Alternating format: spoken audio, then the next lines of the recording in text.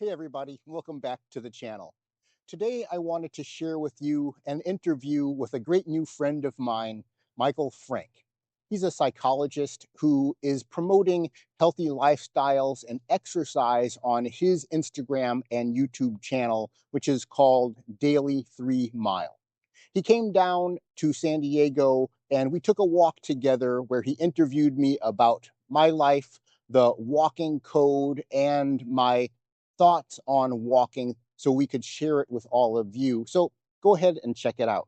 Hi guys, I'm doing another one of my walk and talk videos. I'm really fortunate that I'm joined here today by my buddy Todd. He's got his own YouTube channel. It's really amazing. It's about mechanics of walking. Please follow him on Todd Martin MD. And he also has a book called The Walking Code.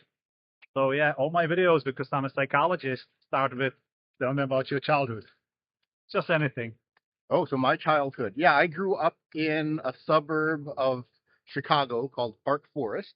It's one of the southern suburbs, about 40 minutes away from the city. Grew up there, so it's very kind of small townish sort of feel. And then I went to school, college at Northwestern University, undergrad, and medical school at Northwestern, which is also in Chicago.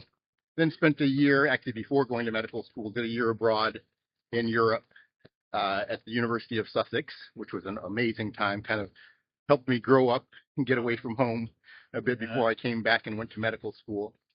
And then came back to, not back to, but out to San Diego because I wanted to escape the cold weather of Chicago. Chicago's an amazing city, but it's really cold in the wintertime. Didn't want to live there the rest of my life, so I only interviewed for residency programs in warm places. So that brought me out to California, fell in love with San Diego right away, moved here and did my residency. Then I've been working here ever since as a family medicine practitioner.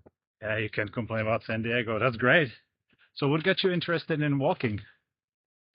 Well, I was as I was working, actually during my residency program about 30 years ago, I started studying Argentine tango and became a tango instructor and met my wife doing that, became a tango performer. And then that kind of got me into body mechanics in general. And then I got into walking because I was realizing my patients were having so many other medical problems like knee arthritis, plantar fasciitis, back pain, hip arthritis, everything. And it was very often we're going to go across that like that. Up, a lot of their problems were correlated with the way they were walking. When I take them out into the hallway and I watch them walk, there was almost always some sort of dysfunctional gait that they had that seemed to be related to the pain problem they had. And so that's what got me into wanting to help people with their walking technique. And at the same time, I was also trying to work on becoming a better dance instructor to be able to tell people exactly how to do movements correctly rather than just demonstrating it. Because I did find it frustrating sometimes when you just demonstrate a movement to a person. Some people can get it, and then some people can't get it just by watching. And then I was studying Tai Chi at the same time and found the same thing with their instruction. If you can't get it just by watching them do the movement, then they don't really have a next level to go to teach you. It's just repeat, repeat, repeat, and hopefully you'll get the repetition by visual alone. And so I wanted to figure out exactly what it is that makes the movements happen. And that's where I really started to study and develop the walking code and also the Tai Chi code, learning how we use our core to make movements like Tai Chi or dancing happen. And then, of course, that applies to walking as well. And after doing that, it allowed me to be able to really teach people how to improve their whole body movement and keep their spine aligned and keep their joints aligned and hopefully walk with lower impact. And so I've been doing that on YouTube now for about 8 years, trying to help people learn how to move better, reduce their impact, and keep their joints healthy. That's great. You know what? I don't know if you forgot to push the button. Let me put the button. I don't know if you need to push the button. Yeah, I think so. Anyway, wait. But that was actually my question, because how does the pathology happen, right? Like I would think, well, I was born. I learned how to sit, how to crawl. Eventually, I stood up. I learned how to walk. How would I? That's natural. So Mhm. how does pathology develop in walking, and Yeah. what does it look like? Yeah. So why do people walk in ways that are not helpful for their joints? Right. I think you can just observe when you watch crowds of people walking that we all don't walk in the same way. Right. There's all kinds of variety of people walking. You get some people walking, actually probably up to half of people these days walking with duck feet where their feet are turned out. You've got some people that are leaning forward and clearly falling in to their step. You've got people that are wildly swinging their arms forward. Some people are swinging their arms across their body. So many different ways of people walking. Why people develop those is hard to say. Okay. I know for me, and I told this story in one of my recent YouTube videos, when I was in high school, I think at the time, like the summer before going to undergrad, I did a research program at Northwestern University where I would come take the train out of the city and then walk a mile up Michigan Avenue to Northwestern University. And I would try to walk really fast to get there. And so I was like plowing away down the street, and I was thinking I was just walking faster, but it was really causing me to lean forward and slam into my heels. And I think I developed that as just my natural way of walking. And it probably started there. And then I remember as I was being a doctor, 20 years ago, nurses would say like, "Hello, Dr. Martin, I knew that was you coming around the corner. I could hear your footsteps because they're so loud." Yeah. And I didn't realize that was because I wasn't walking functionally. And then one day my wife, when we were walking hand in hand down the street, yanked her hand out of my hand and said, like, "You got to stop holding my hand. You're pulling me," and like yanking my shoulder. I'm like, "What are you talking about?"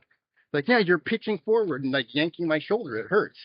I'm like, "Oh, okay. I must not have been paying attention. So let me just walk normally now." And then I grabbed her hand, walked for a few steps. She like yanked it again. She's like, "No, I'm not holding your hand because you're yanking me." And so that is one of the first things that pointed me in the direction that I didn't know what I was doing when I was walking, even though I was already a dance instructor at the time. So that's when I kind of went into the tank. It's around the same time I started studying Tai Chi, and it all kind of came together at the same time. But so I had a dysfunctional walking technique. Why I developed that, I think that is the explanation, but I could have been doing it even beforehand. Who knows? Right. Other people, I think, when you're trying to walk really slow, one way of walking very slowly is to turn your feet out and do duck foot walking, because when you walk with duck feet, you're really swinging with your swing leg rather than hovering from the standing leg, and it really does create a slower walk. And I notice a lot of Hollywood male actors walking with duck feet, like even very fit ones. Idris Elba, Jason Statham, they have terrible duck feet. That's interesting. And I wonder if that's because they're always having to walk towards a camera slowly, and often walking with a woman who's walking slowly, maybe in heels. And in order to slow themselves down to do the filming, they have naturally, even subconsciously, adopted a walk that is going to be much more slow and relaxed, even though it's not a healthy walk. Yeah, yeah. And so I do speculate that that's an issue. Versus women, often if you're wearing heels, they're very less likely to be duck-footed because you can't walk with duck feet and heels. So women who wear heels are generally not going to be duck-footed, but the heels pitch you forward, and then so women end up with different pathology, like anterior pelvic tilt, where the pelvic is tilted forward. They have an arch in the back. You see some women who wearing like tight clothing, and you can just see this huge arch in their back when they're walking, right, especially if they're walking in platform heels. And then they just develop this walking pattern associated with that. You see kids walking with backpacks. They put the backpack on, they're walking down the street, and you can see half of them leaning forward, kind of like what I was doing when I was plowing through, but the backpack just accentuates it. Right. And if you do that long enough, you develop a pattern. and then that pattern just becomes in your body memory, and that's what happens. So I assume there's some thing that generates your natural pattern of movement, whatever it is, whether it's the backpack or falling forward or the shoes you're wearing, all kinds of variations that we have that affect us in different ways. And most people are never thinking about it. Nobody learns how to walk properly. So we just develop what we develop, and that just becomes our status quo. And it's obviously correctable because you fixed your walk. Your wife now holds your hand. Yeah, it took a while. It took 3 to 6 months. Like after a while, I thought I had it, and I would hold her hand, and she'd like, "Yeah, you're not pitching forward, but I can tell you're thinking about it." So, so it was like, yeah. So don't hold my hand because I can tell you're studying right now. Okay. But so after I did it, after about 6 months, it just became very natural. I had no problems anymore, and since then, I'm able to walk down the street with my wife's hand in my hand without any challenge. And you developed you mentioned the walking code. What is that? I know it's your book, but yeah. So it started with the Tai Chi code.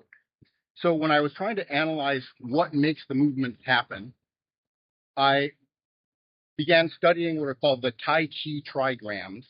So in Tai Chi, there's 8 foundational energies, and they're represented in an ancient book of wisdom called the I Ching. And there are 3 lines, one that represents either yin or yang energy for each of the lines, and they're not really explainable, or they're not supposed to be explainable. But I began to try to correlate those 3 lines with 3 elements of our core, the upper waist, the lower waist, and our hips. And I was trying to put them together to see if we could correlate our core movement with the trigram and explain the movements in Tai Chi. And I was able to put it together in a way that made sense. And initially I thought maybe that was just a fluke because the trigrams are not supposed to be explainable. But what I found was that with the explanation I came up with, you could explain every movement in Tai Chi that I was studying. And then I applied those same movements to Tango, which is what I was teaching with my wife, and realized that they were applicable in Tango as well. And then I applied them to walking, and you could then explain every movement in walking with those 3 elements of the core: your upper waist rotation, your lower waist rotation, and your hip action. And so that became the Tai Chi code and the walking code and the Tango code. So basically, they're all using the same movement system defined by those Tai Chi trigrams, or at least my interpretation of them, and applied to our core movement. So those are the codes, and that's what I teach on the channel. That's great. Go buy his book. And it's, as we talked earlier, it's actually connected, right? I was mentioning your recent video about moving of the hips. And in Tai Chi, that whole spiral movement that comes from the core. Yeah. So that's really interesting. Okay. Well, maybe we can wrap it up, but let me ask you, what would be like one thing you would leave the viewers with, one advice about walking, like what you consider most important thing or interesting thing? Yeah, the most important thing that I would say about walking is to be aware that walking technique is something that's important. And if you're feeling discomfort when you walk, either in your heels, like you land very heavily, your knees hurt when you're walking, especially if you're walking upstairs or walking uphill, or you're having lower back pain, posture issues, it all may come to your walking technique. And if you're not even thinking about it, you'll never be able to fix it. So the first thing I would do for people is recommend trying to have some awareness of the way you walk. And if you're having some problems, then you can work on trying to correct it and get a more optimal walking technique. And for that, I would recommend coming to my channel, Todd Martin MD, on YouTube. 3 lessons there where I talk about all of these movement patterns and how you can consciously correct them. Yeah, definitely, guys. Visit the channel. I've learned so much. Before this interview, we were talking about swinging arms, and I had some misguided ideas, and Todd corrected me. I've been following his channel for years, and as you know, I'm into walking, so I find it so interesting. So again, Todd Martin, MD, go check him out, and please subscribe. Thank you so much. You guys have a great day, and get out there and get some get some exercise done, get some movement. Bye.